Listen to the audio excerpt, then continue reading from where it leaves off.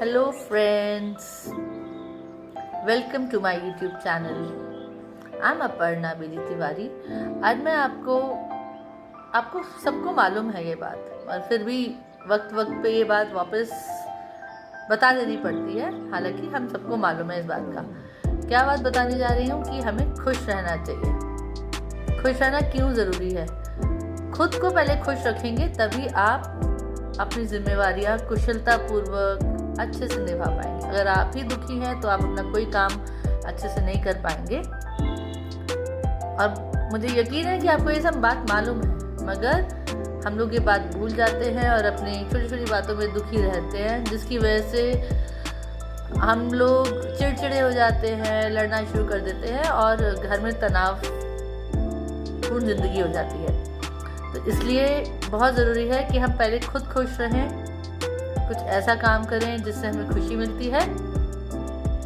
तो एक कहानी बताती हूँ जो एक आदमी की है, जो बहुत चिड़चिड़ा रहता था, बहुत परेशान रहता था, बहुत दुखी रहता था। अपने जो उसका व्यवसाय था वह अच्छा नहीं चल रहा था, जिसके कारण वह दुखी रहने लगा। दुखी रहने के कारण हमेशा लड़ता रहता था अपने घर में, अपने पत्नी से, अपने बच्चों को डांटता था बिना बात पे। तो हर वक्त घर में तनाव बहुत रहने लगा। अब इसके कारण उसकी पत्नी की तबीयत काफ़ी ख़राब रहने लगी। उसके बच्चे भी पढ़ाई में ध्यान नहीं दे पाते थे और वह हमेशा क्लास में अच्छे नंबरों से कभी भी पास नहीं हो पाते थे और हमेशा टीचर्स से शिकायतें आती थी। अब क्या करे, उसकी आदत ही ऐसी थी और उसकी गलती भी नहीं थी। वो अपने काम के व्यवसाय में बहुत अच्छा लाभ ना होने के कारण वो दुखी रहता था। काफ़ी नुकसान हो गया उसका। उसकी पत्नी की तबीयत खराब होने लगी, बहुत परेशानी में ज़िंदगी बीत रही थी। उसके बच्चे अच्छे नंबर से पास नहीं हो रहे थे।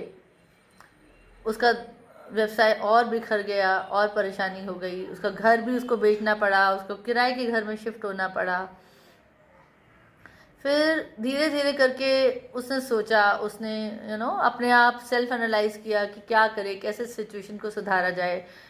तो उसने अपने छोटी छोटी चीज़ों में खुशियाँ ढूंढनी शुरू करी और धीरे धीरे करके अपने घर के माहौल को सुधारने की कोशिश करी। धीरे धीरे करके उसके घर की सिचुएशन बेटर होने लगी। उसका व्यवसाय वापस थोड़ा ठीक होने लगा। उसकी पत्नी की तबीयत काफ़ी बिगड़ चुकी थी, तो एकदम सही तो नहीं हुई उसकी पत्नी की तबीयत, हाँ, पर हाँ, पहले से सिचुएशन बेटर हो गई थी। अब उसके बच्चे भी अच्छे से पढ़ने लगे और कुछ समय बाद जब उसके व्यवसाय में उसको थोड़ा मुनाफा हुआ, थोड़ा प्रॉफिट हुआ, तो उसने अपना एक बहुत बड़ा घर नहीं बट एक छोटा सा घर खरीदा।